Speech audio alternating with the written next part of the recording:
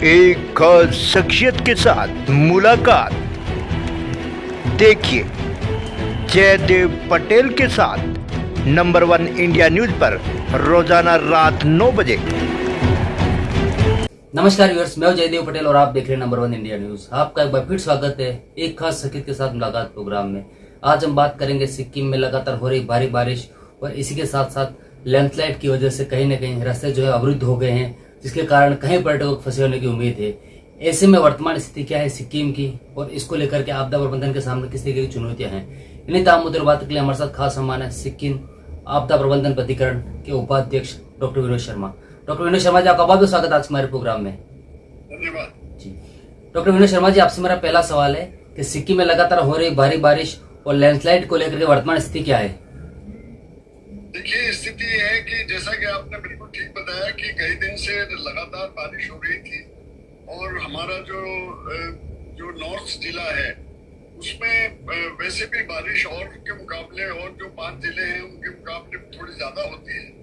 और यहीं पे अभी आपने देखा था कि पिछले साल यहाँ के ग्लोव से भी बहुत नुकसान हुआ था जी। जो ग्लेशियर लेक आउटबस्ट हुआ था, तो उसमें भी इस जिले का बहुत नुकसान हुआ था। सड़कें और जितनी भी चीजें थी वो सब इसमें प्रभावित हुई थी।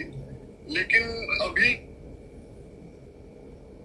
तो उसमें अभी लैंडस्लाइड होने की वजह से वही रास्ते जो है वो अवरुद्ध हो जाते हैं। और जो कठिनाई है हमारे चूंकि सिक्किम आप जानते हैं कि ऑर्गेनिक स्टेट है, बहुत रमणीक है, बहुत सुंदर है, तो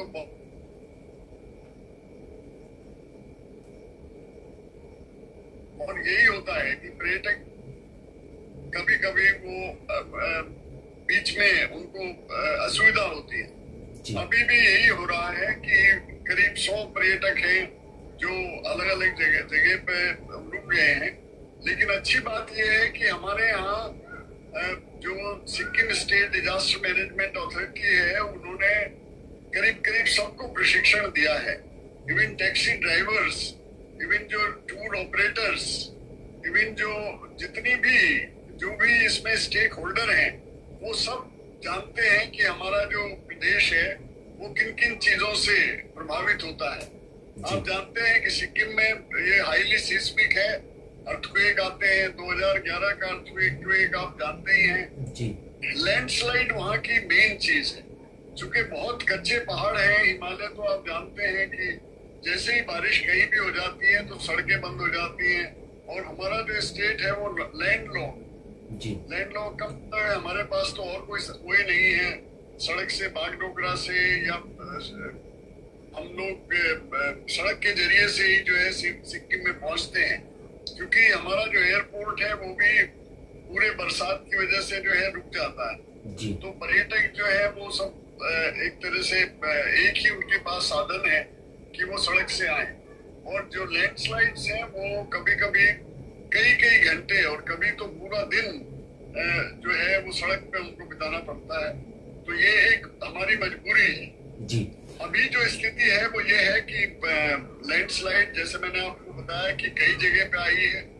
हमारे यहाँ एक चीज और है कि हम लोग जितना हो सकता है सिक्किम सरकार से जितना और केंद्र सरकार से जो BSF है, बॉर्डर सिक्योरिटी ये जो अपना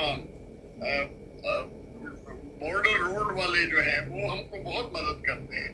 और बॉर्डर रोड एकदम से जैसे ही लैंडस्लाइड होती है तो उनको हम आग्रह करते हैं, तो उनके पास इक्विपमेंट्स भी है, मैन पावर भी है, और कभी कभी तो लैंडस्लाइड वो 1 घंटे में ही उसको क्लियर करते हैं। डॉक्टर विनोद शर्मा जी, सिक्किम में भारी बारिश और लैंडस्लाइड की वजह से कितने पर्यटकों के फंसे होने की उम्मीद है और इनकी सहायता के लिए सिक्किम आपदा प्रबंधन द्वारा किस तरीके के कदम उठाए जा रहे हैं?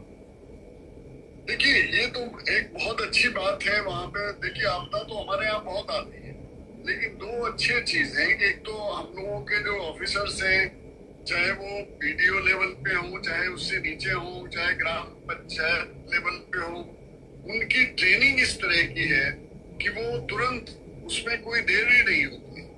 हमारे यहाँ हालांकि SDRF भी बहुत बड़ा नंबर नहीं है। हम ये नहीं कहते कि हमारे पास पूरी बटालियन है या कुछ है, ऐसा नहीं है।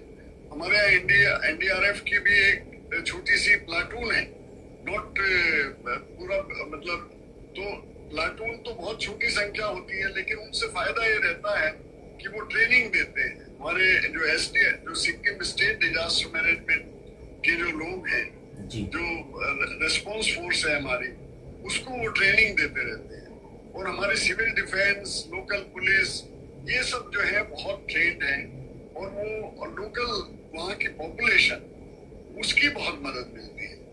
आपको जान के एक बहुत खुशी होगी कि हम हर पंचायत को सिक्किम सरकार ने थोड़े से इक्विपमेंट दिए हुए हैं, करीब 3-4 लाख रुपए का सामान उनको दिया हुआ है।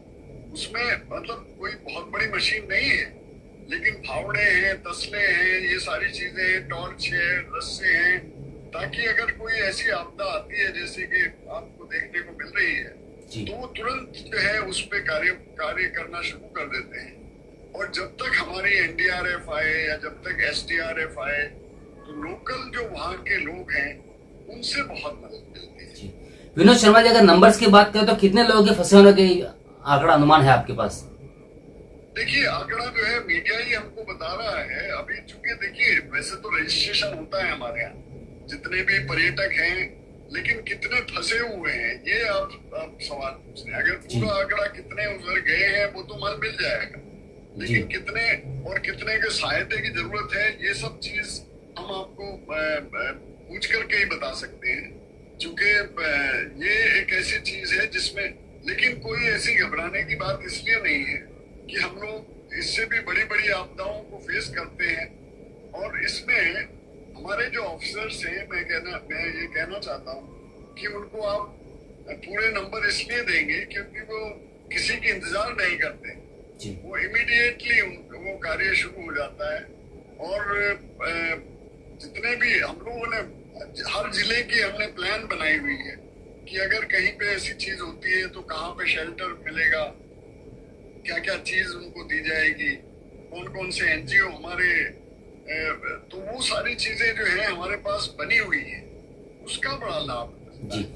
अगर आप जब आपदा हो जाए उसके बाद अगर आप जागे तब तो थोड़ा सा समस्या होती है, लेकिन सिक्किम में जो एक अच्छी चीज मुझे दिखाई देती है वो ये है कि वहाँ के उच्च अधिकारी से लगा, देखिए अब ये जैसे घटना हुई है तो जितने भी वहाँ के हमारे मुख्यमंत्री जी से लगा करके मुख्य सचिव और वो सभी लोग जो हैं इसमें सजग हैं, वो डायरेक्शन देते हैं।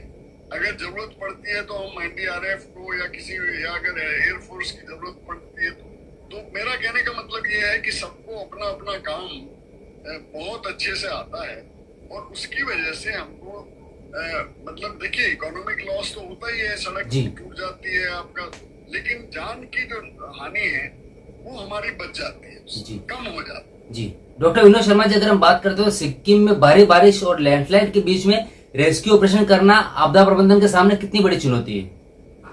बहुत बड़ी चुनौती है, बहुत बड़ी चुनौती। देखिए चूंकि रास्ता सबसे बड़े इम्पोर्टेंट चीज है कि आप कुछ भी, आपके पास सामान भी है, आप खाने का भी सामान है, लेकिन पहुंचाए कैसे? तो इस तरह की जो है उसमें हम लोग, अच्छा बारिश हो रही है, आप एयरफोर्स की मदद नहीं ले सकते हैं, बहुत बड़ी मुश्किल है। और उसमें अगर हम लोकल लोगों को ट्रेन ना करें, अगर उनकी मदद ना लें तो मुश्किल हो जाती है। जी डॉक्टर विनोद शर्मा जी, आपने हमारे लिए समय निकाला, उसके लिए आपका बहुत बहुत धन्यवाद। Thank you.